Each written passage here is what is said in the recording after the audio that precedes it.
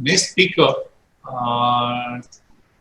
Dr. Sefali Agrawal, and we will start exactly at 12 noon.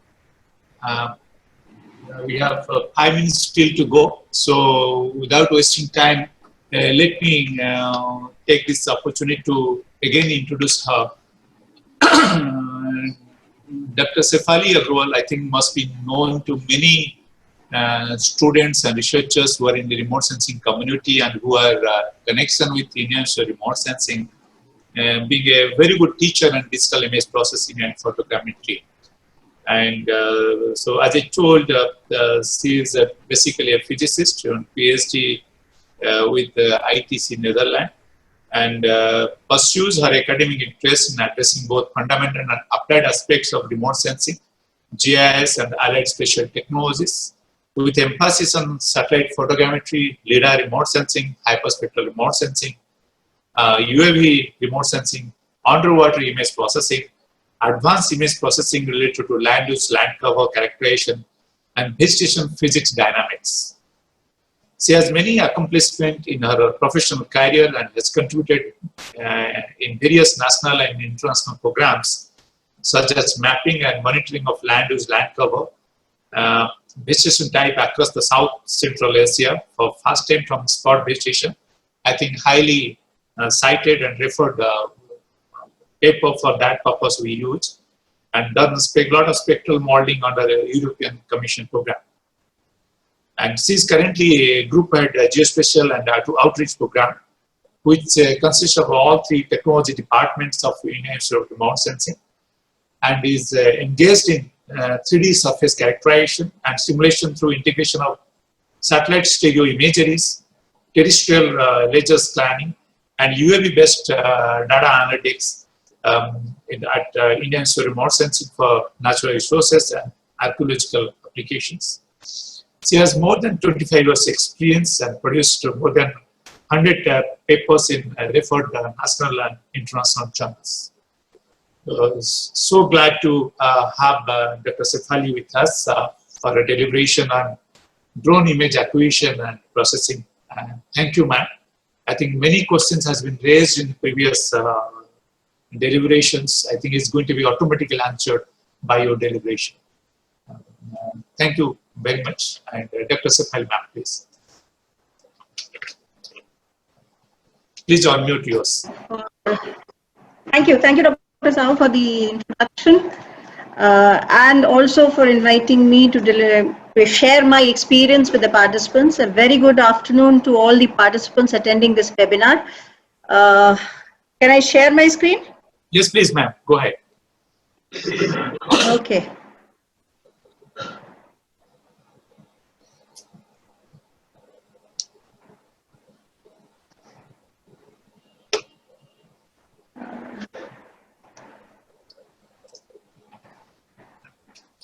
Yeah, is it clear?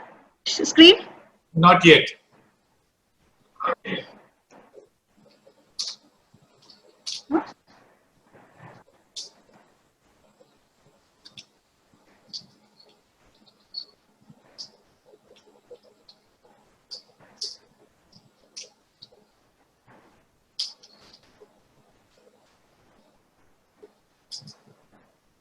Something went wrong.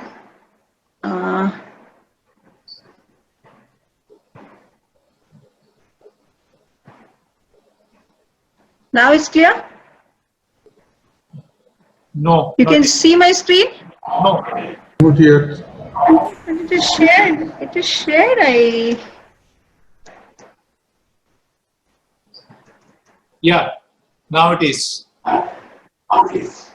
Okay.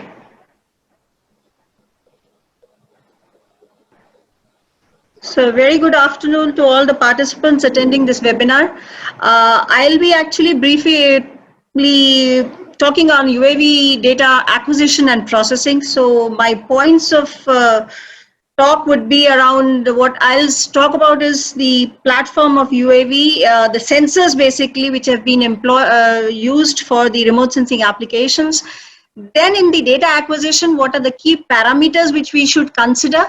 Then on the processing aspect and some of the experiences, what we have done, I'll be sharing in terms of what accuracies we got. So starting with, as the entire community here who's attending this webinar knows, that remote sensing is a technique to gather information without in contact. And in the major platforms which is there for the remote sensing has been utilized till now is the airborne, the spaceborne, and the ground-based. So these are the major platforms which has been developed, has been utilized in the field of remote sensing. Satellites provide a very synoptic coverage with a very high range of spectral capabilities, but the major drawback is the spatial resolution and the temporal frequency. That is, we don't have very high frequency. In contrast, the aircrafts provide high spatial resolution, but are expensive and operations are susceptible to weather and cloud conditions. Ground surveying gives us a very high resolution data, very high accurate data, but is labor intensive, time taking, costly, and you can't go to an inaccessible area. And primarily ground applications or ground based sensors are used for calibrating and validating the space based applications. And in the last decade, with the increasing developments and improvements in the sensor electronics technology, unmanned aerial platforms, they provide an excellent opportunity for remote sensing applications. So they come somewhere between the ground and the air-based platforms. And they play a very complementary role, very key and complementary role, especially in some of the applications like disaster management, where time is very crucial. The information has to be obtained and disseminated as quickly as possible. Secondly, as we are talking about the theme of this webinar, the agricultural field area, where farmers require precise, very high resolution information for planning and remedial measures for their soil for a good crop production. Another example where UAVs can play a very important role is in a hilly terrain, where you have a steep hilly terrain. Satellite data acquisition, which happens at a particular time of day, the sun elevation, as we all know, plays a very significant role in acquisition, the reflectance properties. In case of SAR, if we take SAR also, due to the layover, shadow, and foreshortening effects, certain areas are likely to be missed out in satellite observations. And this gap is not large. It may be just 15 to 20% of the study area, or whatever the area of target you're studying in the hilly area. But this gap can be fulfilled by UAV. So they can offer a high flexibility, versatility as compared to the airborne and satellite systems, and can operate rapidly without planned scheduling. You have a flexibility of operations, fly everywhere, every time. Flexibility to install sensors as per your requirement. The reduced cost compared to if you talk about the air-based platforms or the satellite-based platforms. And they're also unaffected by cloud cover, as they can fly at very low altitudes and slowly and collect images with spatial resolutions of the order of 1 centimeters. However, they have limitations also. They can't cover a data over a larger area, and their usage is governed by the drone regulations of each and every country. So as the improvements, as I said, improvements in the sensor technology, it is now possible to have, good sensors with good spectral capability also to be placed on board the UAVs, because they require a very lightweight sensors. So these are now available. So the use of UAVs have become more and more popular. And these are, we can also use not only a very calibrated or high-end sensors, but consumer-grade cameras can also be utilized for photographing, and then processing we can do with much more accuracy and extract information. Sensors with limited capabilities are there. Then thermal cameras are there, LiDAR sensors are there, hyperspectral, temperature, pressure.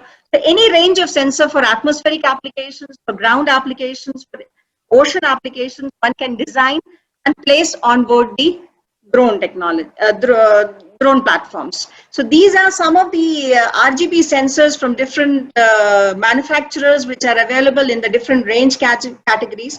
So major aspect to be considered is the kind of resolution, that is the pixel size, the weight, because the drone which you are flying, what is the capability, payload carrying capacity of that drone. Accordingly, you can choose the sensor or the cameras from the vendors which has been provided. So range of sensor, the RGB cameras available from different vendors. Then we talk about the multispectral sensors are also there. In this, there are two categories of multispectral sensors. One is a modified multispectral sensor and the other is a multi-band multispectral sensor. Modified multispectral sensor, we also had an experiment with this. In this, whereby it's an RGB camera, it only has a provision for 3-band. And by placing a filter on the camera, it's the filter in front of the camera, which we can collect another band of information. So various filters allow to capture different combinations of spectral band. For example, if we have a blue filter, then we can put it on the blue band and we can get an image of R, G and the red, green and the near infrared. So we have to sacrifice the blue band. So this is one, but there are challenges when we use this kind of data sets because it has to be in multiple flight. You can have an RGB combination in one flight, then apply the filter, again fly again to get the near infrared band. So if you want to have a large spectral range, multiple flights have to be flown, conditions changes, and issues are there in combining all these data sets. The other is much more easier and flexible is a multi-band, that is within a camera you have all bands of data can be collected with single camera itself. So these are different more famous multispectral sensors in the market which are available. One is from the company called MicaSense. They have a range of multispectral cameras, which 5-band is the one which is there, but recently they have another which has a 10-band camera.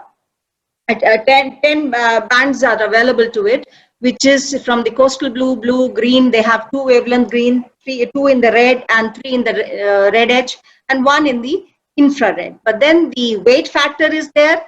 Then the sensor resolution, cost is all varying. The other is from the Centenera, again with 5 bands. Then another company called MAI sensor is there, which has 9-band, which is similar to the Sentinel. So if you want to have a correlation between the satellite-based observation and the UAV-based observations and do some kind of a modeling and analysis, this is one which is available, which has a similar wavelength intervals with corresponding to the Sentinel. And there are also sensors which is there, which gives you an NDVI value directly. Instead of having a spectral range of sensors, you get the NDVI or the red edge indices also can be obtained directly from the data set. So number of more companies like Tetracam, Mini, MCA6 and others are there which provide you with different variable spatial, spectral and the weight aspects there. So this is one example of the twin Luminex which has the NDVI camera which gives you the NDVI value, and this is a Canon RGB camera with a 12.1 megapixels, and it can be used with filters and then you can have a range, a little more range of the spectral values. Then similarly, thermal sensor is also used for many natural resource as well as disaster agricultural applications. The range of thermal sensors which operate in the 7.5 to 13.5 micrometers is available. And from different companies, FLIR is the one which is more commonly used. And then DJI Zenmuse is there. So here also you can see different versions are there. You get a calibrated and an uncalibrated camera. So calibrated ones will give you the radiant temperature Pro R. If you see, this gives you the direct temperature, whereas these don't give you the temperature. You need to calibrate these cameras and extract the temperatures from it. So another few more companies which offer the thermal sensors. Similarly, drone-based hyperspectral sensors are also now becoming available more. I mean, more and more companies are coming forward and developing hyperspectral sensors. So base specs, but they have a limited spectral capability. They offer in the range of visible and the near infrared ranges, because then the weight of the instrument is less. But the moment you go to the extended range of shortwave infrared, the weight of the sensor increases, and thereby the drone which is required to carry these sensors will also go into the higher category. And that is one of the challenging factor when we use with the hyperspectral sensors. But there are, for example, if you see, this is a hyperspectral sensor, which is VNIR plus SWIR, which is from the Headwall Photonics. the weight is around 2 kg. So weight is one of the major issues when we go for an extended range of hyperspectral sensors. Otherwise, if you talk about the visible and the near infrared sensors, they are more compatible with the low cost drones, or we can say the drones which can carry the payload up to 4 to 5 kgs. So these are another range of, from the Hyper-6 range of hyperspectral cameras, which is available with variable spectral ranges, spatial resolution, and spatial and both spectral resolution for all of them is different. Some operate only in the visible near infrared region. Some they offer with the complete range with 2 cameras in this. Similarly, we have the LiDAR sensors also available, which can be used for extracting the 3-dimensional crop height, crop even the features of the building heights, all information about the terrain heights with much higher precision. So a range of companies like Regal, Velodyne, Yellowscan, which is available, which provides you with different weight factors. Other things also vary as per the requirement one can choose. So as already some of the applications highlighted by Dr. Raghav, they have a range of applications. I'm not talking about all because I'll be focusing more on the acquisition part.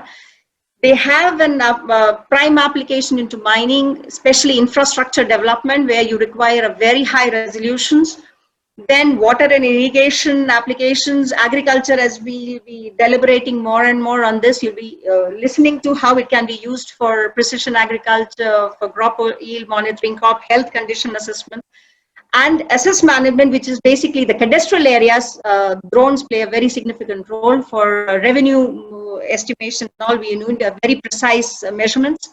So they have a very important role to play. Marine and coastal applications also, for mapping the dynamic coastline where very high resolutions are required. In forest also, similar to agriculture, for monitoring forest fires in case for disease monitoring there.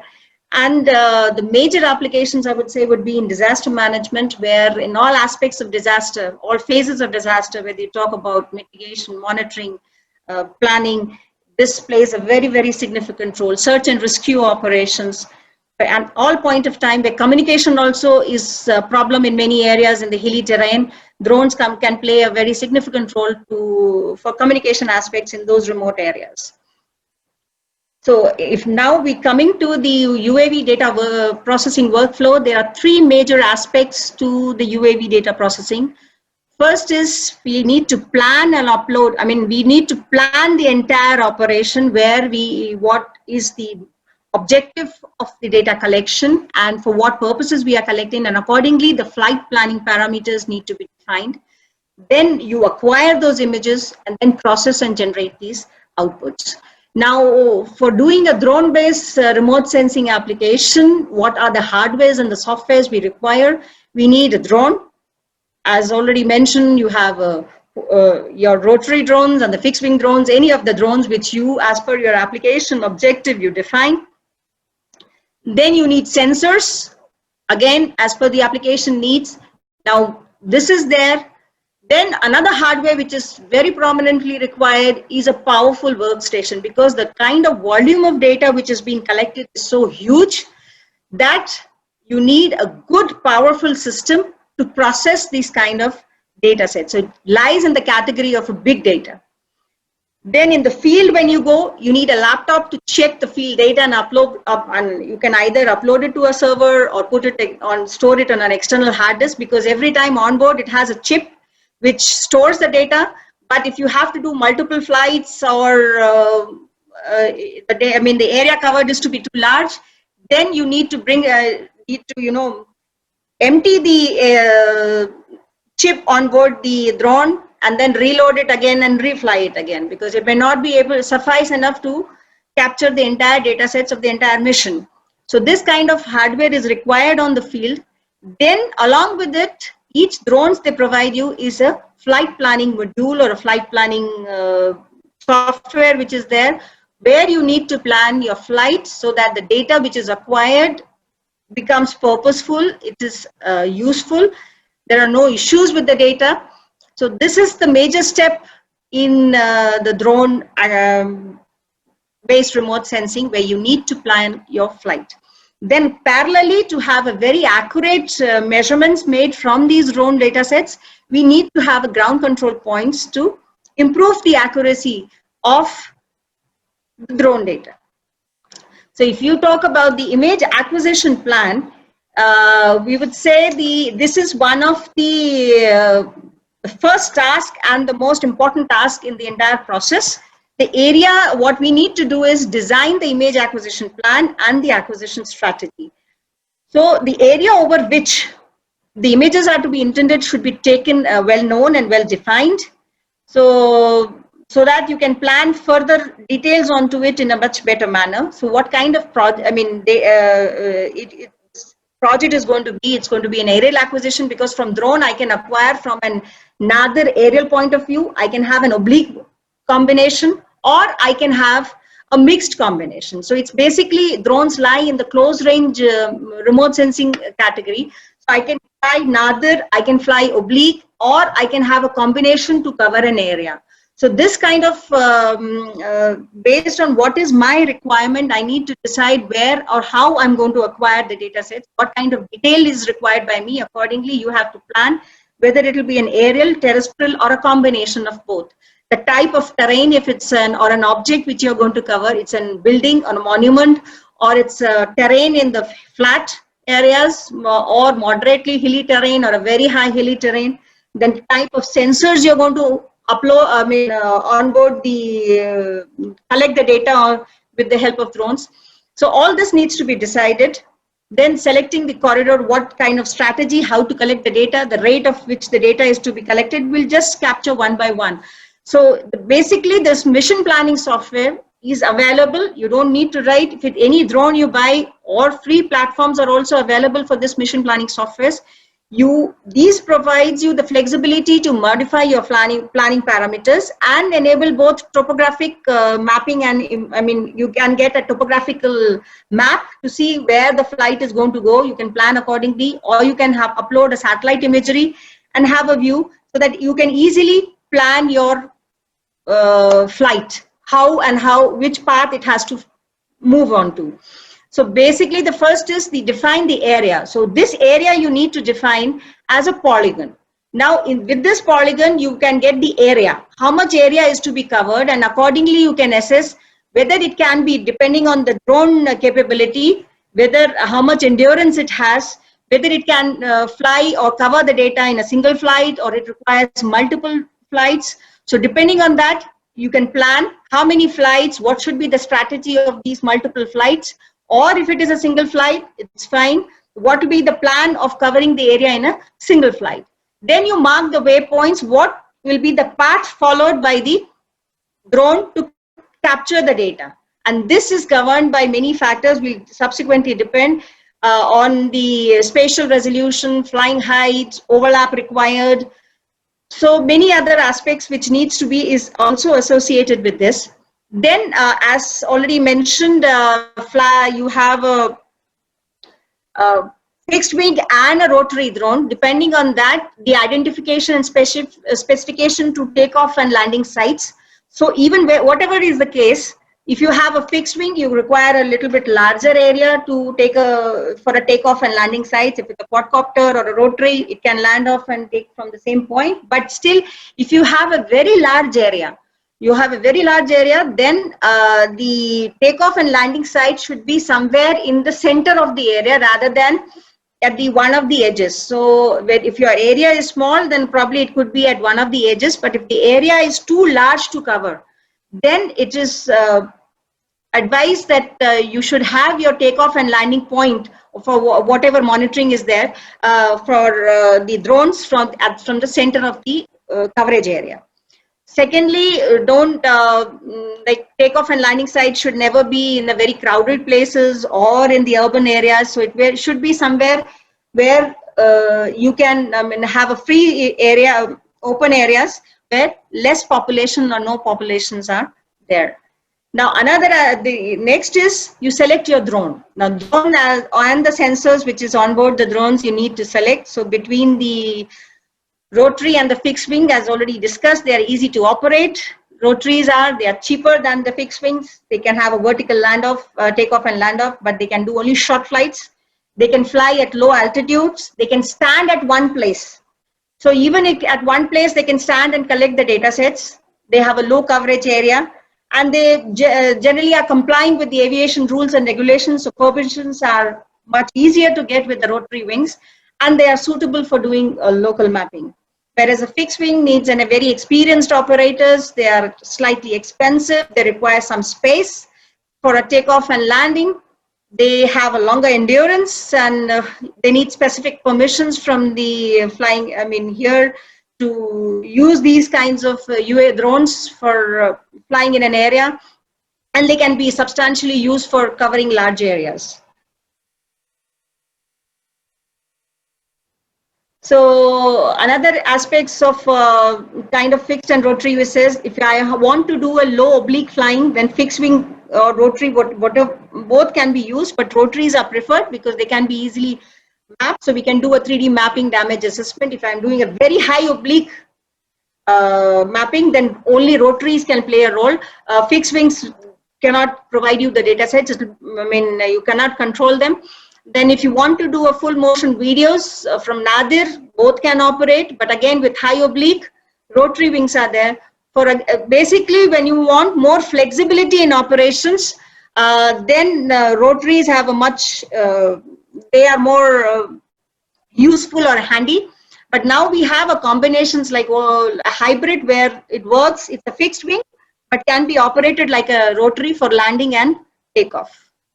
Now UAVs, the flight planning modes, what is there depends on the different kinds of features which you want to map, the terrain you want to map. So what is there? It can be 2.5D flight planning mode. You require a 3D information, or it can be circular. So this is a mission you need to select how and what according to the area and the object you want to map. So you can have a polygon mission, you can have a grid mission, you can have a double grid or a circular or a free flight. There are different options with different flight planning modules. So basically you can say there are three categories: grid, double grid, circular, and the free flight. So grid operations is a simple which is used in normal cases that you move around. It's suitable for most of the environments. Like you have a regular grid, you take a starting point, make a mission plan, and it comes back and it covers the entire area. So it is suitable for most of the environments, and it is generally taken into account where you have a flat, moderately flatter surfaces and a larger area is to be covered. So the flight, this is basically to maintain the same scale. In a flatter area, the flying height will be constant and you cover, and the scale is maintained, and larger areas can be covered. So not much time or is required for this. So that's how it covers a larger area. Double grid is where you have complex buildings in between, or complex structures where occlusions are there, shadows are there. You have some problems, then you have to cover it in two grids. One is in this direction, one. So what happens, it ensures multiple coverage from all sides. So you can get a closer view of the objects, or you can cover wherever shadows or occlusions are there. That also can be considered in this. So this is more applicable where you are working with urban environments. 3D outputs are required. Surface, entire building has to be constructed in a larger area perspective. And surface height with fluctuations or objects like buildings, forest areas also it can be utilized. And the camera angle in this case can be between 10 degrees to 35 degrees for nadir and 35 for the oblique combinations.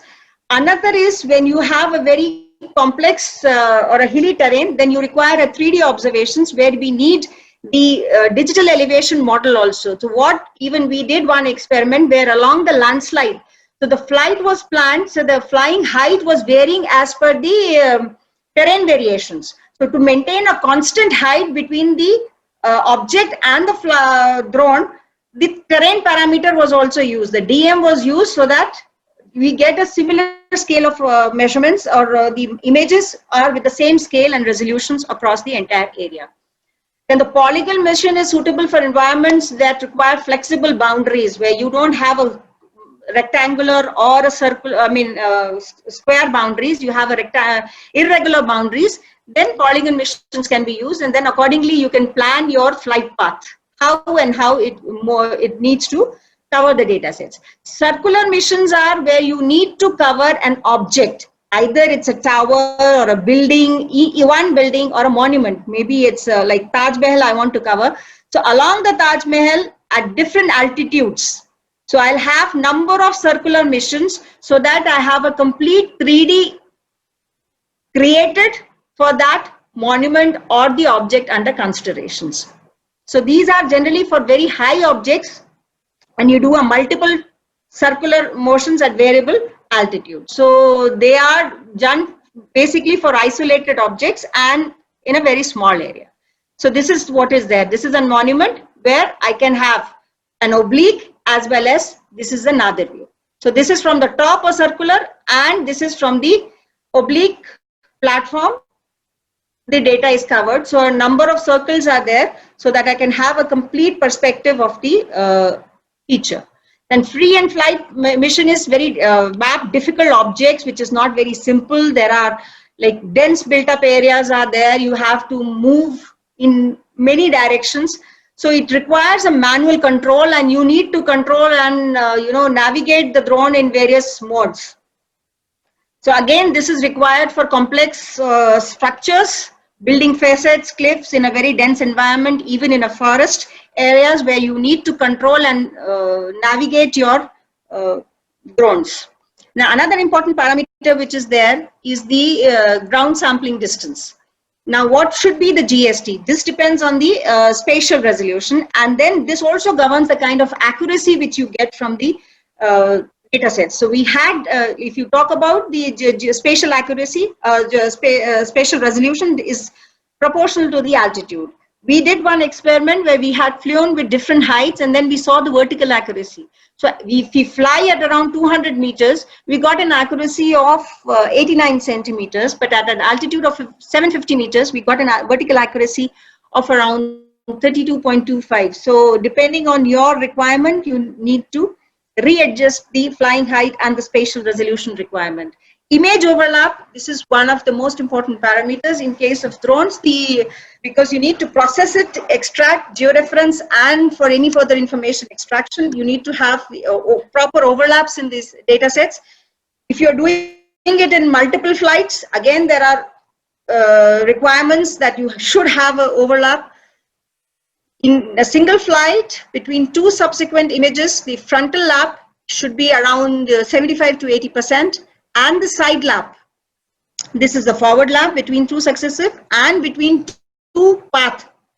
The side lap should be around 65 to 70%, that is recommended, but in certain scenarios, if it is not possible, you can have a little bit lower, but this is but to get a good accuracy and good information extraction, this is what is recommended. So the recommended overlap for most of the cases, as we saw, is this. So forest and dense vegetation, trees offer a very, different appearance between overlapping images due to their complex geometry. And then in case of that, we need a very high, maybe you have to increase it to 85%, and you also increase the flying height. For example, I can show you one example what we did. This is an entire forest area. First, we flew at an altitude of 600 meters. What we found was that the information here was so high that this ground resolution was 17 centimeter per pixel, that we couldn't do a processing here in the forest areas because the texture was so similar. Each and every detail was observed that we couldn't get the height information in this region. The algorithm failed. Then we had to fly at a higher altitude at 750 meters at 21 centimeter per pixel. Then we could reconstruct the entire terrain geometry here. So flying high and overlaps here, even the overlap was increased to 85%, as compared when we started here, we had an 80% overlap with 600 meter flying altitude. So we face this issue. So accordingly, we need to plan depending on the terrain. So in case of a forest area, it's better to fly a little higher than the ground. The overlap also, there should be a substantial overlap between the multiple flights. So this is one flight, this is another. So you should have around 30 to 35% of overlap between 2 flight data, so that they can be stitched together for further processing. Whereas if it is very less, then you will have issues later on in stitching these, mosaicing these data sets.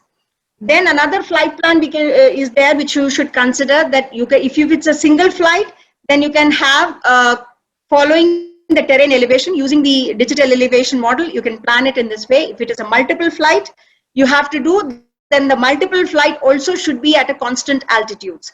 Single flight, if you do without changing the terrain, then what happens is the scale of the feature changes, and at this location, the overlap will be less. So overlap will also change, resolution will change, and whereby scale, and then later on when processing, the data sets will have issues.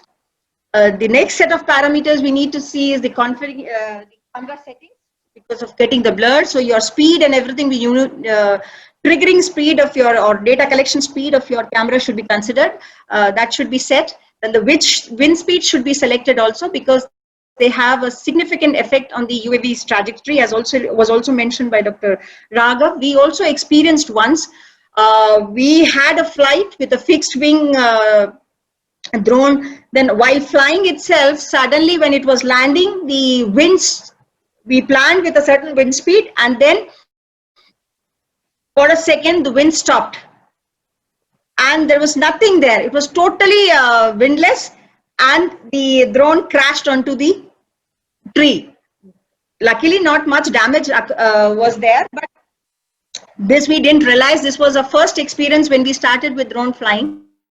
So in that case, nowadays we have both manual and autonomous mode of flying. So the moment you feel something is like this happening, immediately one should take manual control and handle the drone. Then the time of day, again, this is again the wind factor. Then so that no shadows, again the lighting condition, sun angle, everything should be considered, so that you can have an optimum time where you can get no shadows and better data quality. Illumination is there, so all features are better observed with the drone. So and then the flight planning mode can be manual, semi-automatic, automatic. So you can have a manual mode, so anywhere you can plan, there is no particular path, you move manually the drone and collect. So this is how it is collected.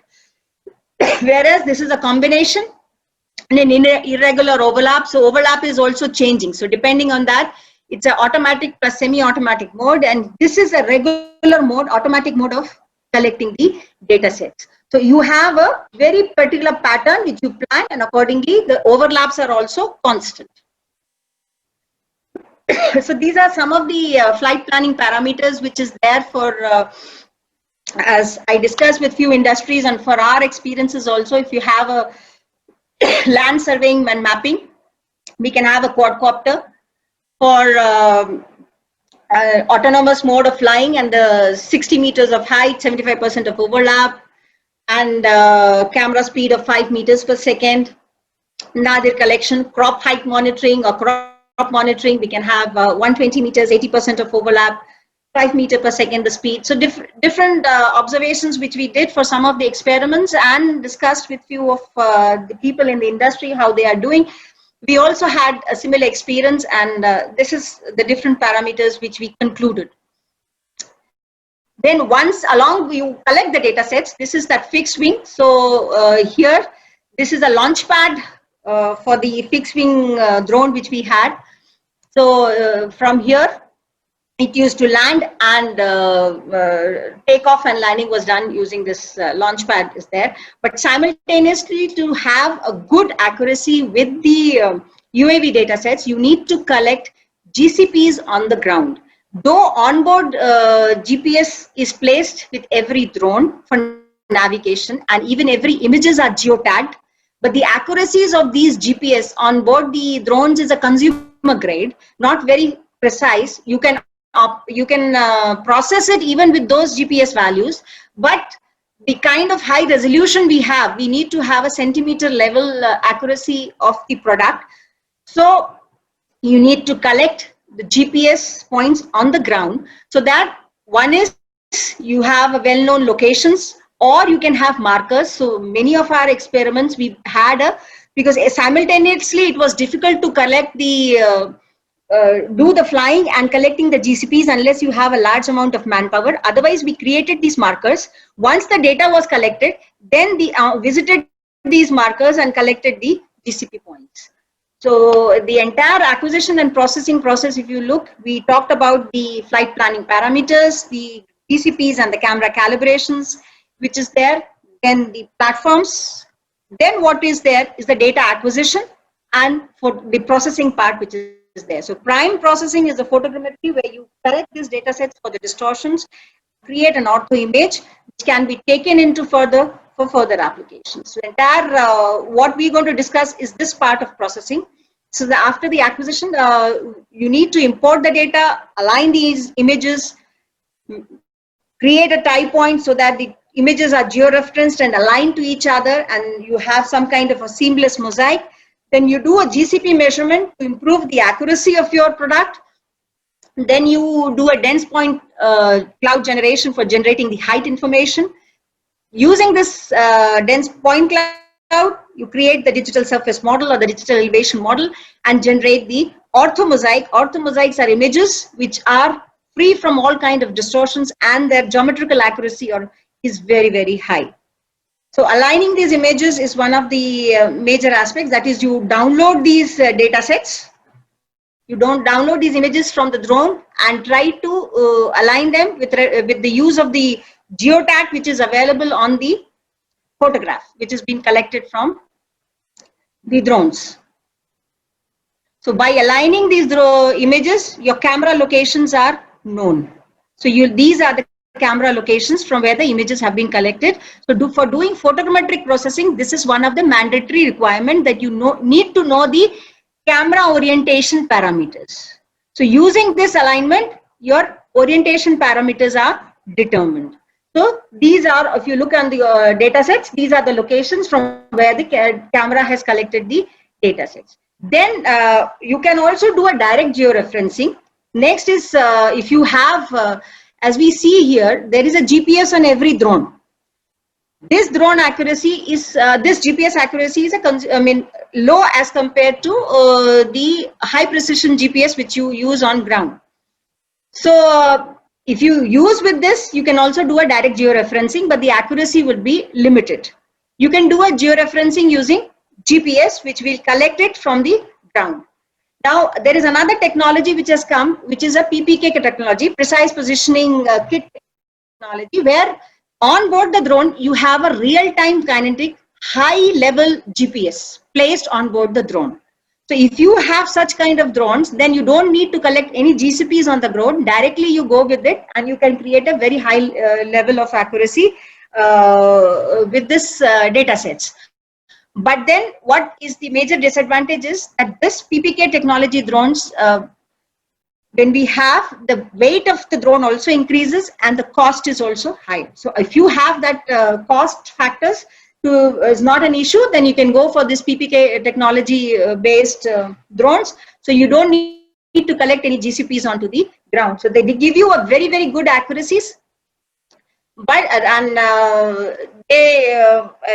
accuracies here are very, very high, but here you need to improve using the ground control points. So you depends on the number of ground control points may vary depending on your terrain factors.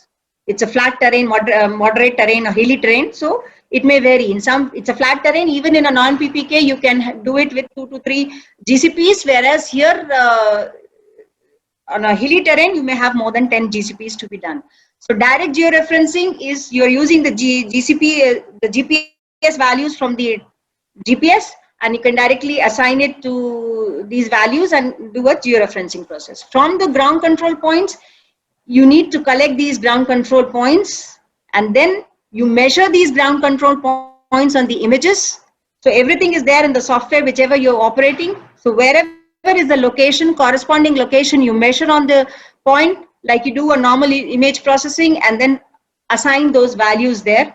And then you do once this georeferencing is done, spatial georeferencing, then we do is the dense point. So this is basically known as a process in photogrammetry where we are doing an orientation, which we call it.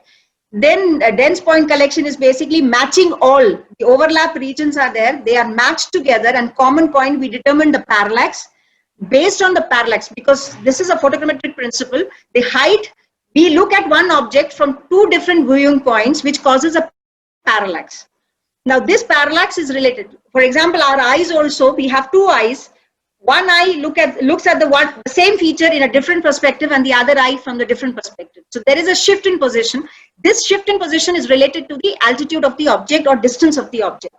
So this is what we are doing. Overlapping photographs, when we measure the same point, how it is viewed in number of photographs, and what is the parallax. That parallax is associated with the distance or the height of the object.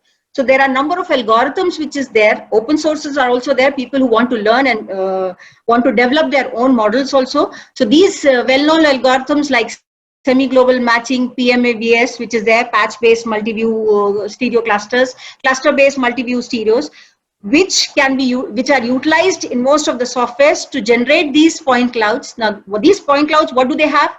They contain the X, Y, Z. So they are something like a LiDAR point cloud, very dense in nature, and the point density is very high, and this point is later on interpolated to generate a surface digital surface model, and which can be utilized for many applications. So here, for example, in this case, which we covered at 700 altitude, we got a cell size of around 28.9 centimeter per pixel. This is the 1 pixel height we have, which is around 28 centimeter pixel. Then once this digital elevation model is there, we can do an ortho correction.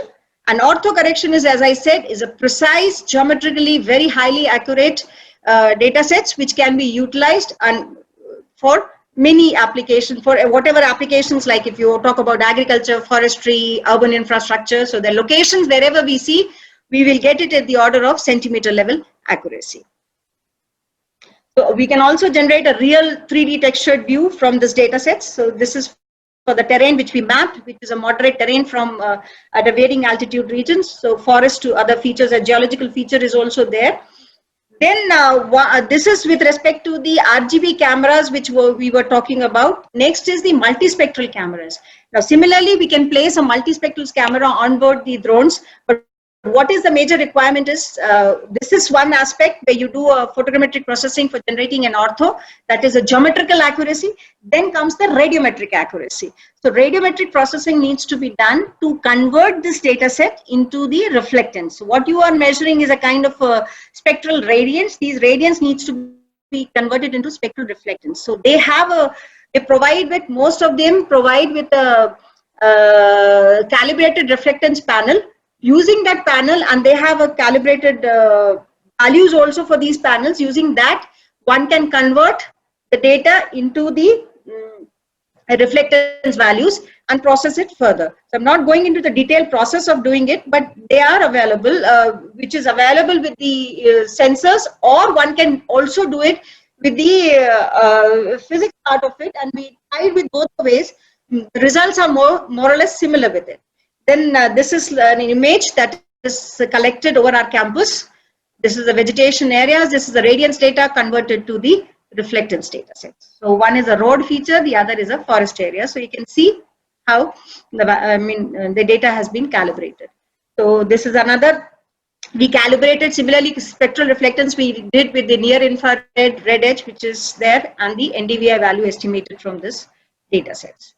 Now, as I was mentioning, when we were working with multiple, the multiple flights, that is, instead of having a multispectral camera, we had a single camera and changed the filter.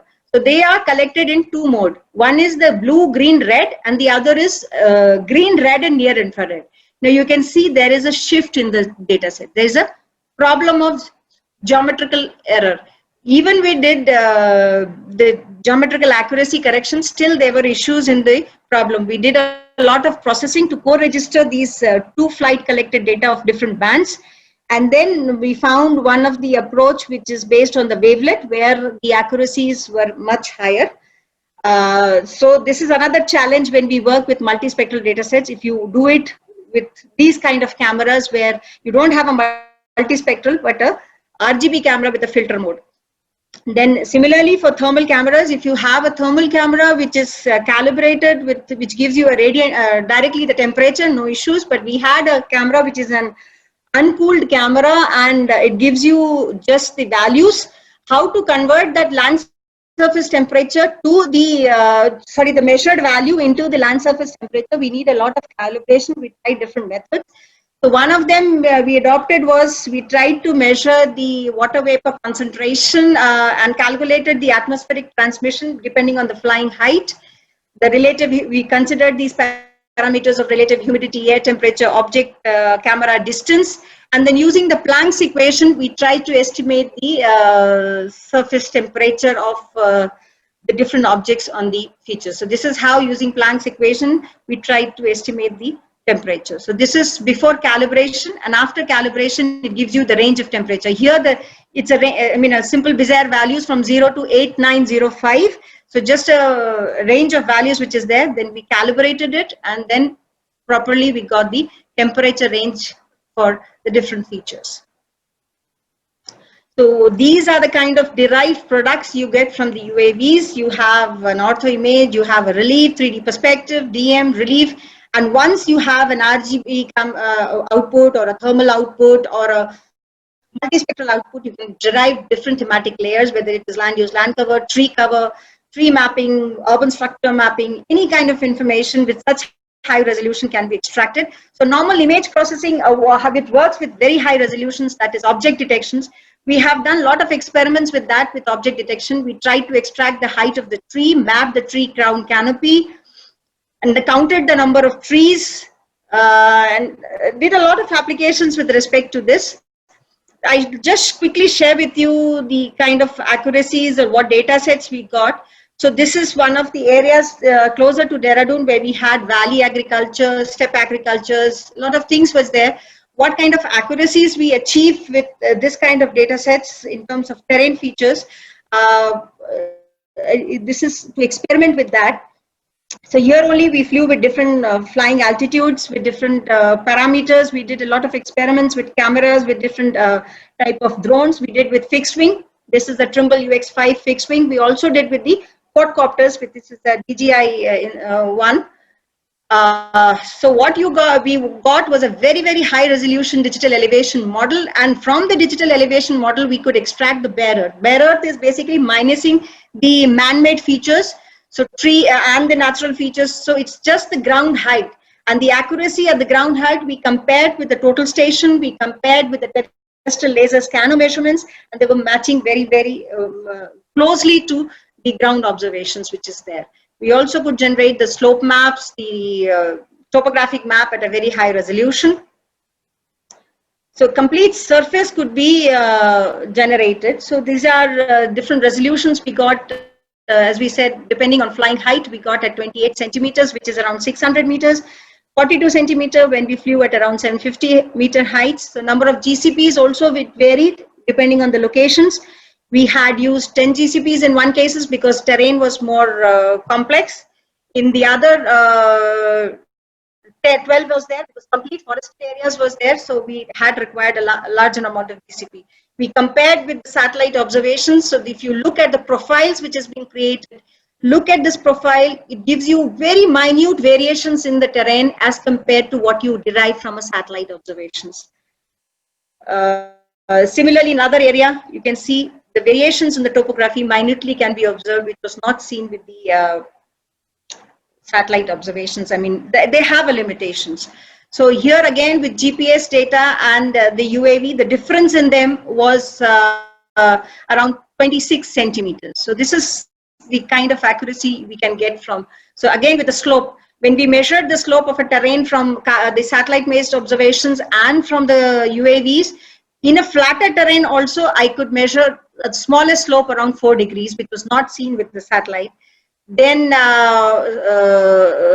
here we could see around 8 degrees of slope. I mean, minute variations were observed, and in case of UAV, 89 degrees of slopes was observed with comparison to the Cartosat. So little bit of variation, minute and even steep variations were much more observed, which was missed out with the satellite-based observations. Contours, we could generate 1 meter of contours. So even if it's a building, So along the building, you can see large number of contours. It's a tree. Along the different altitude variations in a tree, we could get the contours. So a lot of information can be derived from this. This is there. Then we extracted the trees automatically, counted the number of trees. These are the vegetations which is extracted. These are the buildings which has been extracted from here.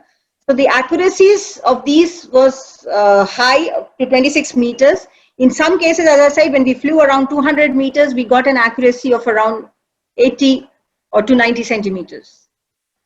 Now, these are other terrain parameters which we extracted.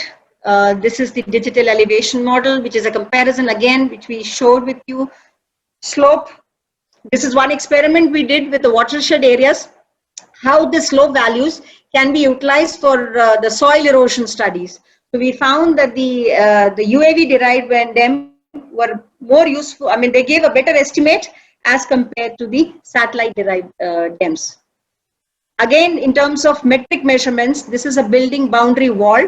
We made a measurement with the terrestrial laser scanner and with the UAV based measurements. So what you see here, the perimeter is 26.86. Here you're getting 26.52. Area is around, so the accuracy is very, very high. It's the RMSE is of the order of few centimeters.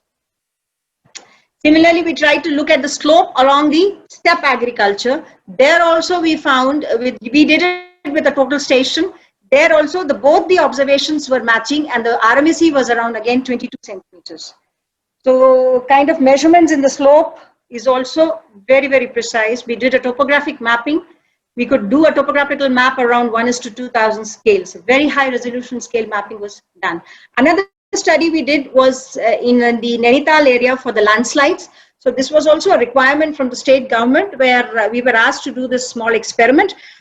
This is a landslide prone area and a few of these people residing here had to be vacated because they were in the threat of their houses being dislocated due to the landslide. If it suddenly becomes active, they were lying in the sloping terrain. To assess which are the areas to be evacuated, we did this one experiment.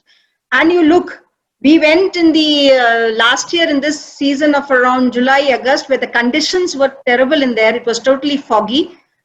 And we had to fly in this condition. So another advantage which I was telling is, even in the bad weather conditions, we still could maneuver and collect the data sets.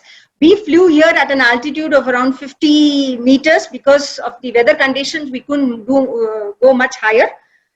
And we did the entire collection and we generated the digital surface model. So you can look at the kind of details which you see in the surface model. And from this, data was given to the district administration there for further decision making. So, and the kind of contour, see each and every building, every small variations within the building was also observed.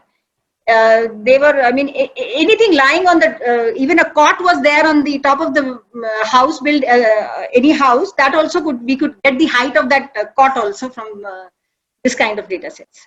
This again, we tried an experiment to do a nighttime imaging with the RGB camera.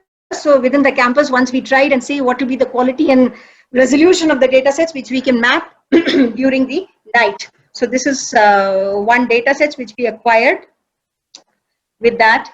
Then another we did with one data set which we had on UAV, an experiment for the cultural heritage damage assessment. Because of earthquake, this Yerhonggi pagoda which is there in Myanmar, this is an UAV data set we got from them,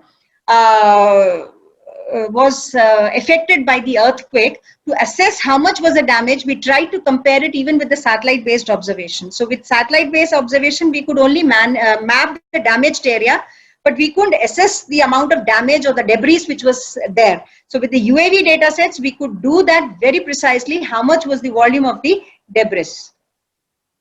This is another experiment we did in the riverbed area where pre and the post monsoon we tried to do an experiment. With the pre and post, what we did is we tried to estimate the amount of the soil in the pebble which came along and got deposited. So this is blue is the kind of soil which initially before survey we had the bed level, and then with this we again, with the pebbles onto it, we again made a measure, did a drone survey and tried to estimate the volume which was deposited here due to the, after the monsoon. So around 0.7906 cubic meter of material was deposited in the riverbed. So this is what I'm trying to explain here is the kind of smallest observations can also be made with this data sets. Another experiment which we did for the riverbed training material for river training to estimate the riverbed material, how much is there. This again for the Uttarakhand state government. In this case, the data was collected with a consumer grade camera. There was no, only geotagging was there. Otherwise that, and the data flight was also not planned. It was a free flight kind of a thing, experiment which was there, but the camera angle changed at every moment. Somewhere the area covered was large, somewhere the area covered was less. So it was a totally free flight with different parameters at every point of time. And the request is us to process this and try to estimate the volume of bed material deposited and excavated for training part of the river in the Bhagirathi river. So we tried to do this and tried to estimate the volume of the river material. So without any, in this case, we couldn't go for GCP because it was a area larger. We did only with the GPS values which was there on the photograph. So every photograph, if you look, which is collected through drone or geotag, you can read the header information from that and get the details for that. So using that and specified models, we had a lot of combinations with it to extract this volume. We also did one experiment with the underwater ROV or underwater drone images.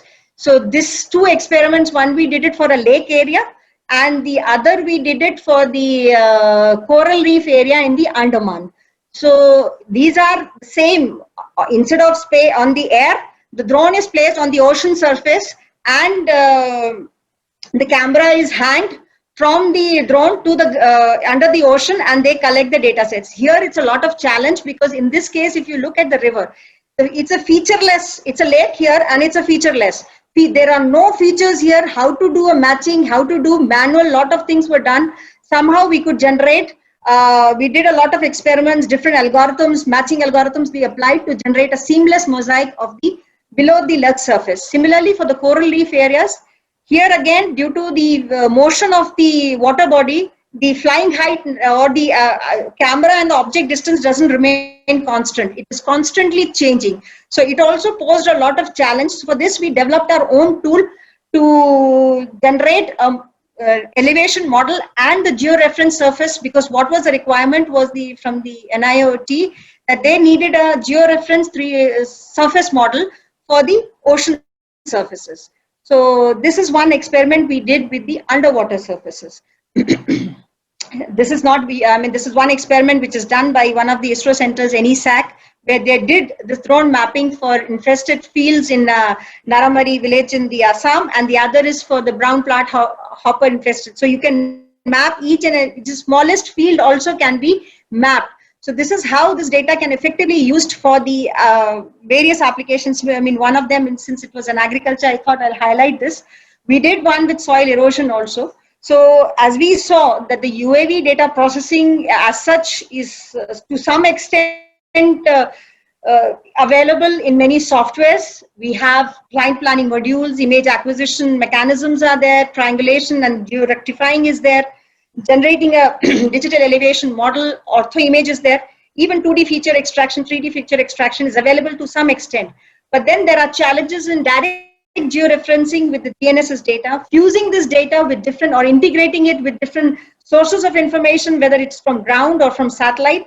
Lot of image corrections because camera calibrations, occlusions, large scale differences, many times it's not possible to cover with a constant scale. So how to handle those issues is still a challenge. Then automated and real-time data processing, so that the moment the data is acquired on board the system itself, it can process and give you the outputs. Then efficiently handling the big data processing, how to manage this big data sets without reducing the quality, because many a times systems becomes a constraint. So how to go about what algorithms to develop so that automatically many of the objects or features which we want to do are extracted. Some of the experiments we have done, because of the time constraint, I couldn't share everything here with you. So in nutshell, if I say what are the difficulties in drones is another is the air control restrictions, because flight flying permissions are difficult to get. These are becoming now a challenge here. Then takeoff and landing positions, which is in your remote areas are not a problem, but in urban areas is one of the major issues. Permissions is also a big issue in these urban areas. Then radio disturbances in urban areas frequently intervene with the control signal, and there is a loss of signal during operations. Once we had these issues also, and sometimes there's a mismatch between image and the GPS records. For the data processing, now many of the commercial softwares are available, one can utilize, but each of these softwares have their pros and cons. Sometimes certain things can be handled with one. Sometimes when the data structure, the images are very complexly collected, then certain softwares fail, then you move on to the other. So number of plus and minus is there for many of them. So you have to do an R&D and work and extract the information as per your need. You have to do a little bit of combinations or play or experiment with these softwares and the data sets. So with this, I'd like to conclude my talk. I tried to keep it brief. Thank you. Thank you, ma'am. I think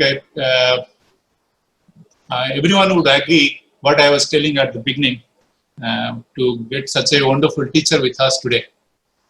So she has covered all the basics of starting from mission planning, data acquisition, processing, and challenges. In each stage, what are the challenges, issues, constraints, including also DGCA policies, what many people are looking forward to have leverages to have a potential application in the different applications. Ma'am, there are many appreciations than the questions for you. Thank you. For a wonderful talk. So there are a few questions. If I think we have 1 or 2 minutes, if we can go ahead with. Yeah, sure. So people were asking something about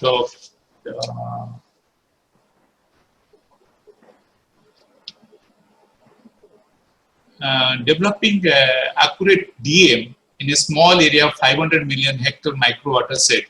How UAV can be used? UAV can be used in any areas where the size doesn't matter. Yeah. Size doesn't matter. You can collect the data. Only thing is planning those parameters. How much is the area? Whatever is accordingly, you plan the resolution and everything. UAVs can be utilized. So area doesn't affect. Yeah. I think they got that. See, in fact, I had one request from Maharashtra Remote Sensing. I got a call once. They wanted to, for giving, compensation to farmers who will provide field areas in their fields. They wanted to estimate the volume for water harvesting. So they wanted to do a total they were planning to do it with the total station. So that used to be, that was labor intensive. So I suggested, then they went on to drone. So they did with small fields. They tried to do a drone survey and collect and generated the volume of the land. The land was dug up. So the farmers were providing their part of their agriculture area, which could be used for water harvesting. So how much was the volume of the water they would provide? Accordingly, they'll be given some money. So even the smallest area that can be was done with the drone survey. Yeah, thank you for that. Somebody was asking something related to water, whether we can go for water body depth and volumetric measurement. See, the bathymetry drones are there, from 1 or 2 companies are there. To some extent you can do. Because then based on those bathymetry, see, from the multispectral you can't do volume estimations because you can't penetrate. So bathymetry radars are there which operate in these principles. So using that, when it is a clear water, in those conditions one can do, but if turbidity is there, then there is a challenge. Yeah. There is again another question, how to do on edge computing and processing in crop monitoring. I think this for the time being. If you want to answer to some part, maybe I some think part. maybe you can address, you'll be addressing in your lecture this in more detail. Right. More details we are going to address to. There are many questions also on the chat box. Will be because of the time constraint, we're not I'm going to put you over here. Maybe later we'll send you, maybe get a reply from you. Yeah, sure. You can send the questions. I'll answer them. So, thank you very much for a wonderful lecture again. As usual, always we enjoy your lecture and giving such a deep understanding and basics, addressing the photogrammetry of drone remote sensing. Mostly, most of the training and drone remote sensing, what I see, hardly anything is covered the way you have covered. So that's what the benefit of having a speaker like you and making benefit to these young researchers. So showing a color image is not a drone image. So how to get that color image, how precisely you retrieve the information or doing the application depends on how good you are with respect to mission, how good you are with respect to the sensor parameter fixing and retrieval of those image processing, mostly orthomosaiking and all those things. So that part has really very nicely well covered. I think my all young startups and young researchers who are onto drone remote sensing, be careful taking care of all these science parts so that you will be able to get a very reliable product. So thank you very much, ma'am. And because thank you so much.